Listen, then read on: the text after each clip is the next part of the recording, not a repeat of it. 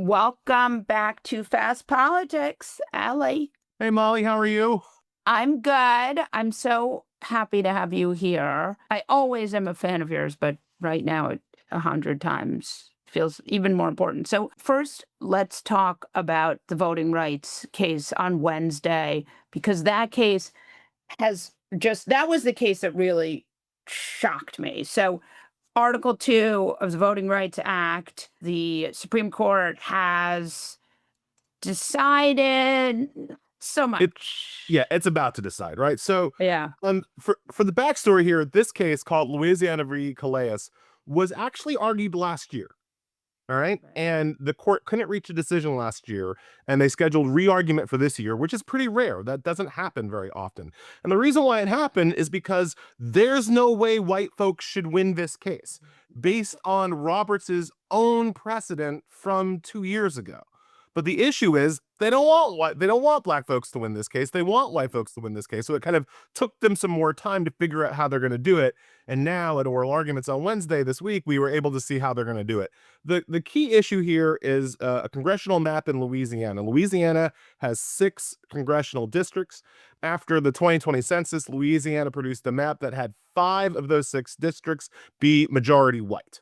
Now, people think Louisiana, they're like, oh, that makes sense. No, it doesn't. Louisiana is only 56% white and 31% black. So, simple math here suggests there should be 2, not Right. 1, 2 majority Right. Because minority if you're districts 30% of of the the population. You state, should then you should have maybe have a chance that even 30% of the 3. But seats. yeah. Yeah. Just saying, all right? Right. So a court eventually ordered Louisiana to draw a map that had 2 majority minority districts. White folks, white plaintiffs sued Louisiana over its 2-district map, saying that having 2 black districts discriminated against them, Right. discriminated against white folks, discriminated against their equal protection rights. And so I just want people to understand what the core argument here is that overrepresentation of white people in Congress is constitutional. But black people trying to stop the overrepresentation of white people, that's what's unconstitutional. Yeah. Like, that is the core white argument here. And that is the core argument that the Supreme Court is going to accept. Over a 2.5-hour argument on Wednesday, we heard the justices not even try to come to a decision, that we heard them try to justify the decision they had already made. And like I said, Molly, the fact that they're re-arguing this case a year later when they have a clear precedent in front of them that tells them how it should go, the fact that they took an extra year to figure out a way to around that precedent really tells you all you need to know about how they're going to decide. What they're going to say is that the Voting Rights Act cannot be used to stop the overrepresentation of white folks in congressional Right. redistricting. Like, that's Right. going to be the That holding. that anti-racism is actually racism. That's like the underlying issue. And they decided that when it came to affirmative action, right? Yep, that's Anti-racism, racism against white people because white people have it so hard. right. But They keep saying that the Constitution is colorblind, which is, right, again, I think for a lot of people that makes them feel warm and gooey inside. And of course, kumbaya, my lord. Like, of course, right, we should be the Constitution is not colorblind. It wasn't right. colorblind when it was written, not when I was 3/5 as a person, right? It Yeah, wasn't colorblind then. It wasn't yeah, colorblind after the Reconstruction Amendments, which right. were made specifically to address the racism of the Constitution. So Yeah. this is not a colorblind document, but when you pretend that it is, what it allows you to do is what you say, Molly. It allows you to prohibit attempts to stop white folks from being racist as a constitutional matter. I wonder also if there's something a little more insidious going on. And again, this Supreme Court would never say this, but Donald Trump went to Texas and said, I would like 5 seats. Governor Greg Abbott was like, done. We are in a redistricting arms race. California is about to get 5 seats. There's going to be tit for tat everywhere. This will give Republicans at the most 30 seats. It will give the South to Republicans in a way that they would not otherwise have. You think that plays here? Of course, of course. One of the reasons why we're here is because of what happened in Georgia. What Stacey Abrams started in Georgia, the way that has been spreading around the South. I mean, people forget most black people in this country still live in the states where we were enslaved, right? Most of us do not live in Chicago. Most of us do not live in New York, right? We did not get to Montreal, right? Most of Right. us stayed where we were enslaved. The South is black as hell. Now, and this actually came up at court. One of the arguments Louisiana's Solicitor General made was that, oh, it wasn't that Louisiana was discriminating against black people, it's that Louisiana was discriminating against Democrats. And the court has previously said in another stupid and horrible decision that it's okay to discriminate on the basis of party. That's a different decision, right? And so this man fixed his mouth to say, this Louisiana man fixed his mouth to say that if the races had been if the party had been the same, but the races had been different. So if it was just a bunch of white Democrats, Louisiana would have drawn its maps in exactly the same way. Molly, we know factually that is untrue, because we know, again, that there are stats here, there is math here that we can rely on, right?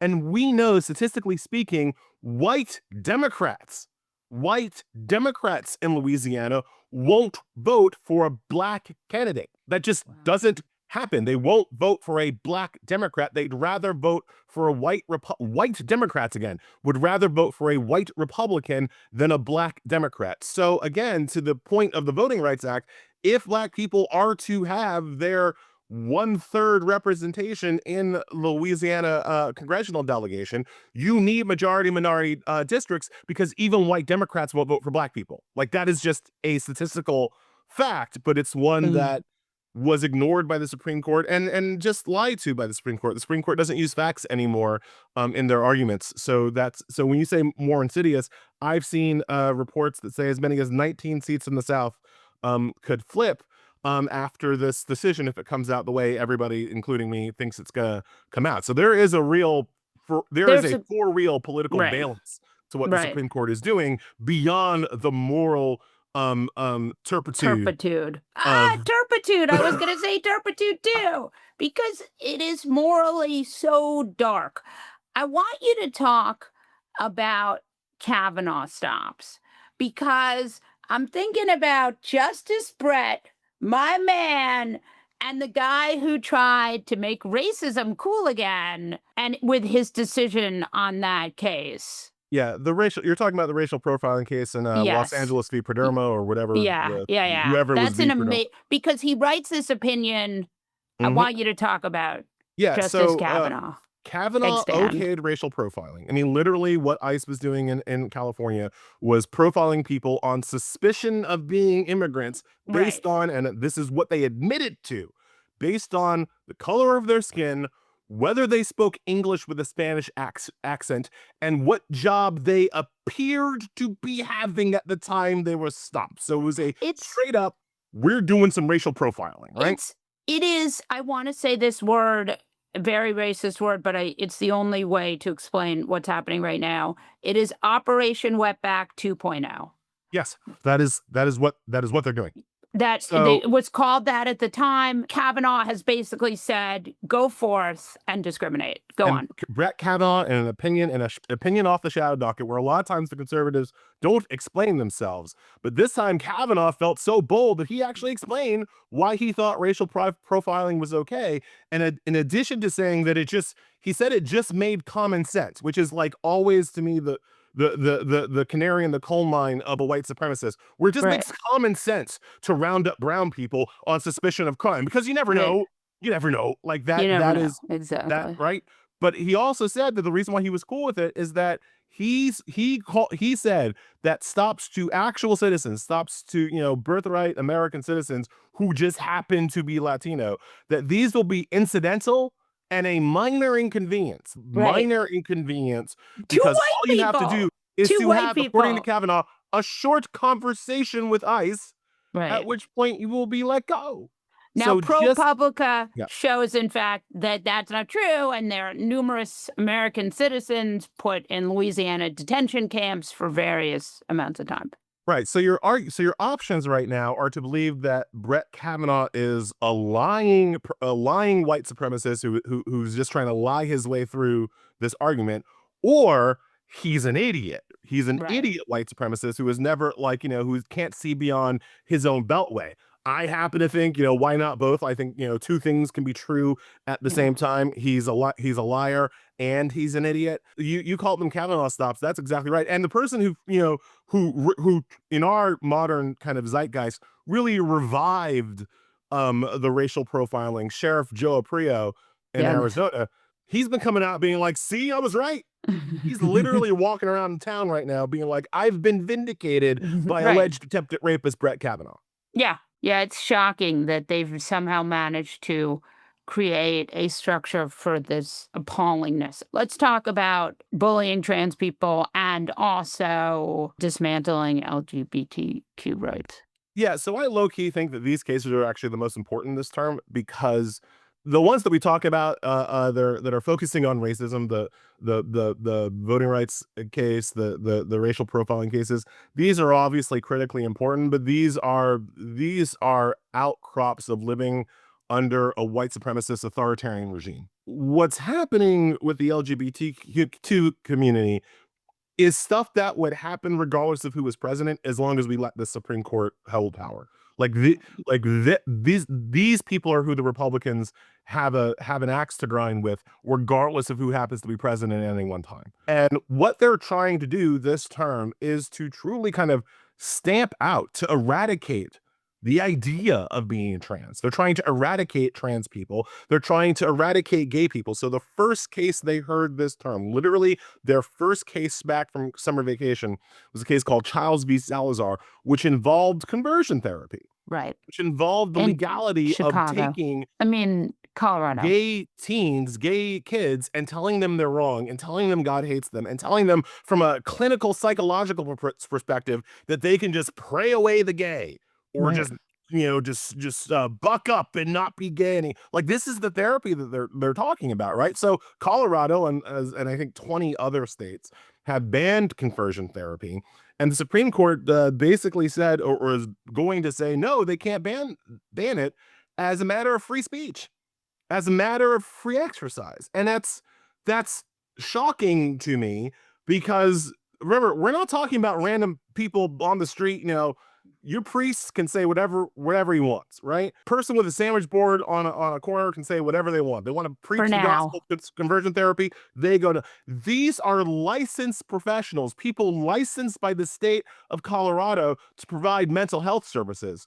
Of course Colorado has a right to regulate what they do, Right. right? In the same way they could tell a person, well, you can't administer shock therapy, Right. right? We're not doing that anymore. The It's same way they can tell a technically person, like, right. beating a kid doesn't help, isn't psychological treatment. Like, But in the same way also, they can say isn't that. this technically federalism too? Sure, I would argue that it's federalism. I would argue that letting the individual states have their own rules for who can be licensed as a medical professional and who can't be is kind of point and click federalism. They're arguing that they don't have to care about that they have a religious right to do whatever therapy they want. And of course they do. They just don't have a religious right to do whatever therapy they want under the guise of a license from the state of Colorado. They really love religious freedom. The second set of cases that's coming up in November is going to be about trans athletes. And we know the Republican Party has made a lot of hay over denigrating trans women who play sports. We know that they hate them and it's such a Yeah, they small really part hate them. of the part. We know that the Well, 'cause Democratic consulting but class has generally abandoned these people. I just want to add one thing about this because I think it's important to remember that so much of this is political. They know that for them, there is polling that shows that people don't like it if their girls have to compete against people who are trans. That's really the net of it. So like they probably do also hate trans people, but they see the political expedience there and they think Trump won on that issue. And so I mean, I just think like it's even more craven. Right. I totally agree with that. So the Supreme Court is hearing a case that will uphold these trans bans on women's sports. But the thing that really gets me is that people think this issue is just about whether or not a trans woman can run a race against other girls, right? It's not just that. the Idaho law that's at issue in this case not only says that trans athletes can't compete in high school sports, which again, I think you said it was craven. I think it's bigoted. Like it's stupid. But it also says that any rival can question the gender of an athlete. And that athlete has to submit themselves to a gynecological exam Right. to prove their gender, Right. but only if they're a woman.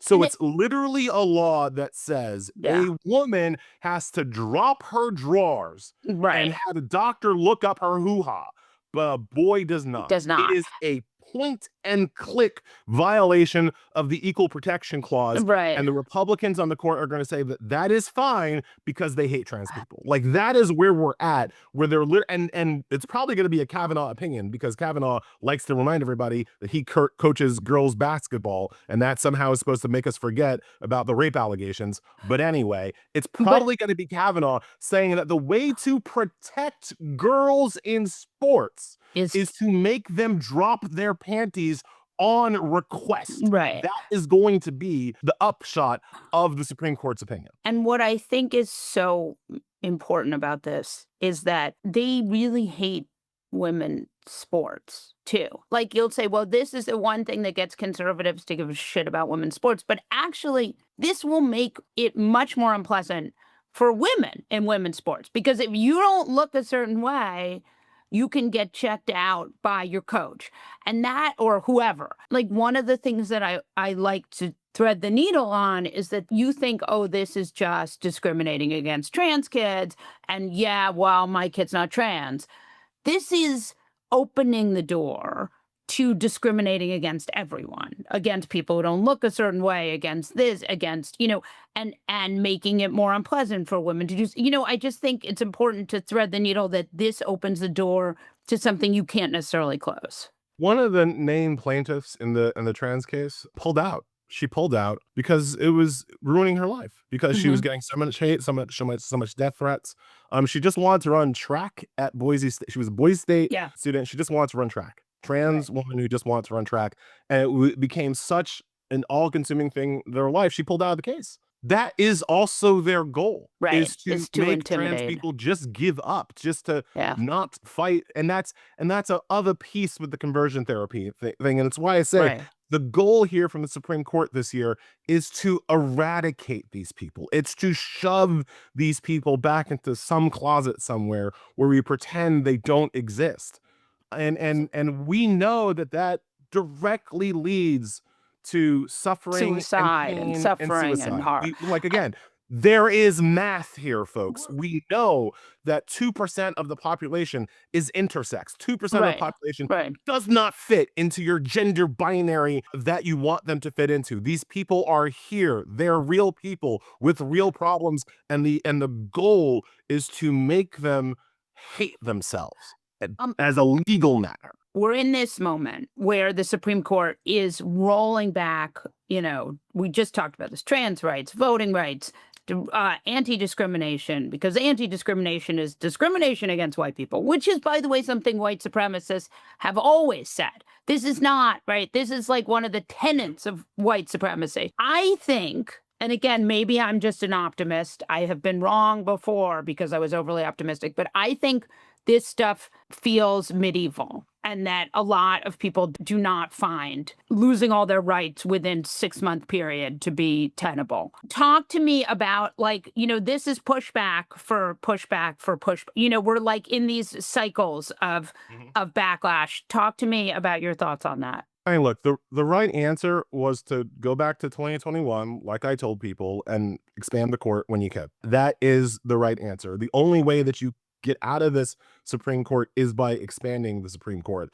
And so while you're saying that people are outraged, when you're saying that people won't stand for it, so far the Democrats have stood for it.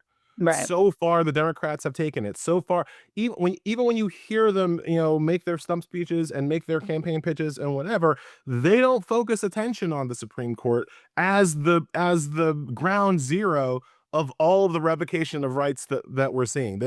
They're still on the courts are going to save us, right? Even though no matter what a lower court does, no matter what a district court does, the Supreme Court is always there to overturn them and back up Trump. Like, the focus on the Supreme Court as actually the problem, not a symptom of the problem, Right, but the but real the problem. actual problem, that is still lost on the Democrats. Right. And so at some level, like, I don't see the pushback. I see the pushback from regular people. I mean, That's we're what about I to hit mean. another, I don't mean the party. The party, I right? think you've lost the party, but I Right, mean we're about to regular hit another people. No Kings protest. Like, that's gonna be invigorating. But until the party focuses on taking the people who are out in the streets, giving them power back, and Right. taking that power away from the 6 unelected Republicans in robes, we're not going to get anywhere. And as Yeah. far as from where I sit, the Democratic Party is still nowhere near as focused on the Supreme Court as it needs to be. Yeah. Elie, thank you. Thank you so much, Molly.